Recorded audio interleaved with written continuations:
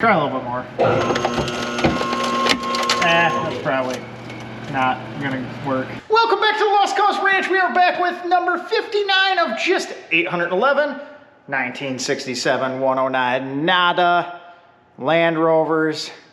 And today we're seeing just how bad it is. Mind you, we have two of these in similar states. Issues. We have issues.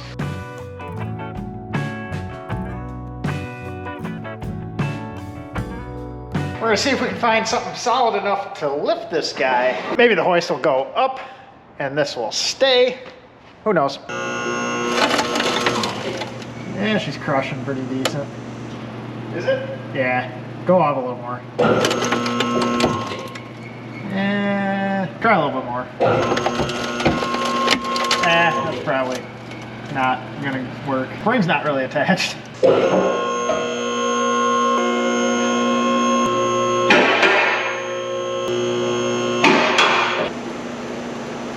So this was the section we originally tried to lift on. As you see, it kind of gave up the ghost a little bit. Not great. There's some of the frame rail. Let's step under here and, yep, right away there's a problem. We're kind of missing a vital component there. Transmission, no more, along with clutch and flywheel. Drive shafts, gone. So I'm afraid to say I don't think this one's gonna be driving today. Just a gut feeling on that. Rear bumper. Rear bumper is an issue. This step is not something you would actually want to use, I don't think, because of that. You shouldn't see my hand there. That's definitely a thing. I mean, this side's better, not by much, but it is better. But I do like these. The limit straps are nice.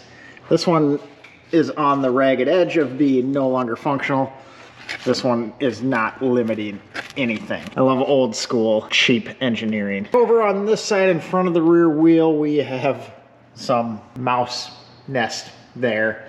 And this outrigger is chooched. The front spring hanger is not exactly connected. I didn't realize it was that bad until we got this off in the air. On the ground, you could see it wasn't great, but it at least was in the position it needed to be. The cross members actually look fairly decent, and it held up to lifting, even though we'll have to repair here. So we lost some more. But outside of that transmission missing, from this cross member forward, we're looking pretty solid. We even have a fluid leak. I'm surprised there's some fluid left to leak, but up here, we're looking good. Both sides. Outrigger's not so much, but that's to be expected. The bulkhead floor pan is ventilated as well. We can see the ceiling. You can see those little safari tropical vent thingies up top. This side is actually decent. This one's kind of an oddball. The bulkhead's actually in pretty nice shape. Up here's great. Back there, not so much. The rear door does say it was from Utah at one point in its life, so maybe that helps out. Here in the Midwest, we're used to just seeing these in a pile of dust. We didn't have that many in the Midwest to begin with, but the ones that did live here didn't live well. What I have been curious about, now that we got this thing in the air, is this 2.6 liter inline six, the original engine. Will it turn?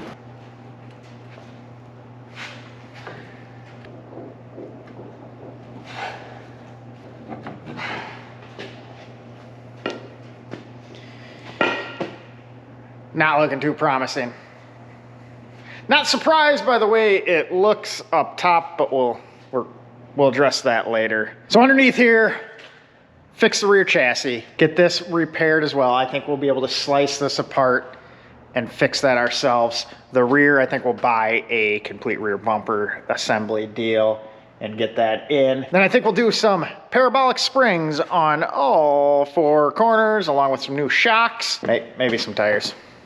Maybe. But underneath, I think we should be able to get this thing rolling. Let's get this bad boy down and see what we're working with up top, inside, and what else was looted from this guy. So the story goes that it was once under the ownership of East Coast Rovers and was a parts vehicle. They robbed a bunch of stuff off this guy, which leads us to the fact that we now have a name for this guy, at least. Number 59 is now lovingly referred to as pillaged. Yes, pillaged. We'll be back on the road at some point. Yes, we have a lot of parts to replace first from that little looting of this guy.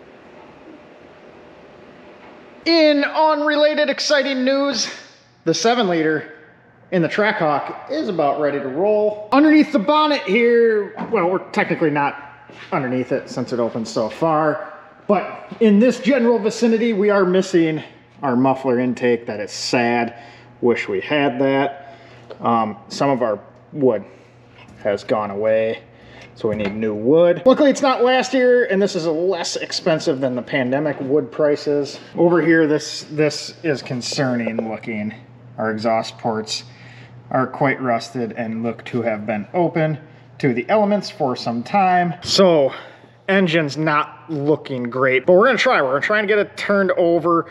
Good chance is this guy is gonna need to get pulled out and a rebuild, and parts are quite scarce.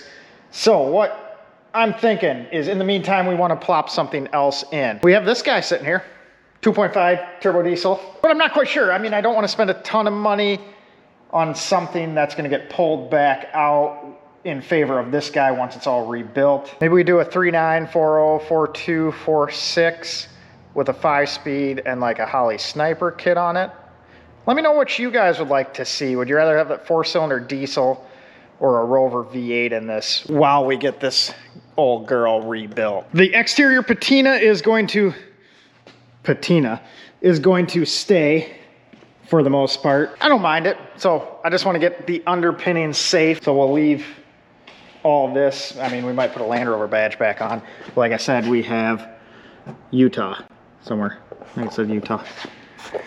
Yep, Salt Lake City, Utah at one point in time. So patina will stay. We'll get the moss off it. It has a nice feature not seen on many Land Rovers, especially of this era. It's got a self-closing door. Look at that, boom. Mercedes just came out with that fairly recently, 1967 Land Rover had it via punchy cord. We need some glass. That appears to be missing. So rear glass, which we have some. I need a door glass, windshield, definitely not safety glass, and definitely broken. Might need rear glass as well.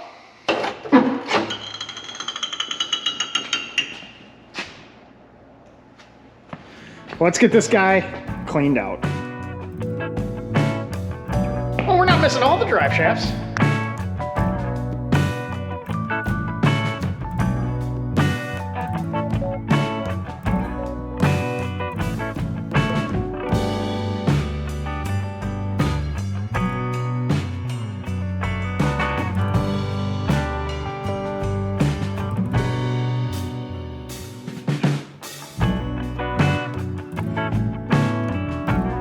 There is much less to sweep up front here, possibly because of the missing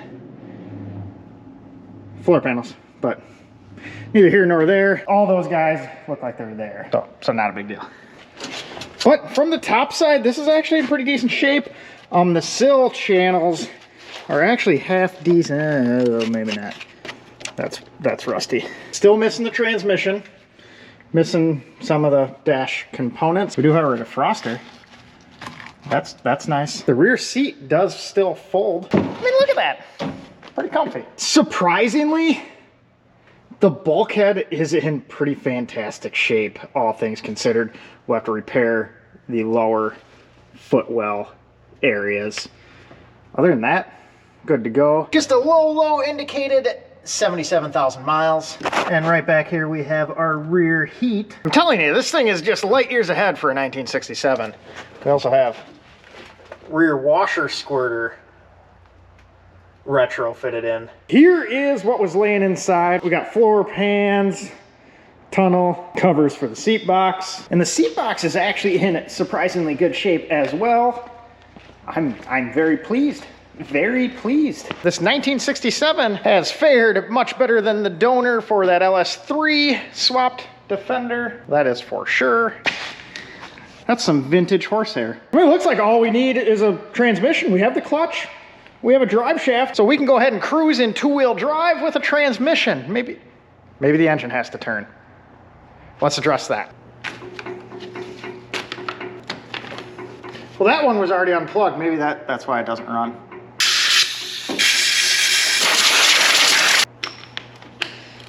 So we got some of the plugs out. This one not so great. That's not good. Well, that just created a headache. Granted, I mean, the thing's coming apart either way, but we are soaking number 6. Looks like it might have the same fate as the old broken one. But for the time being,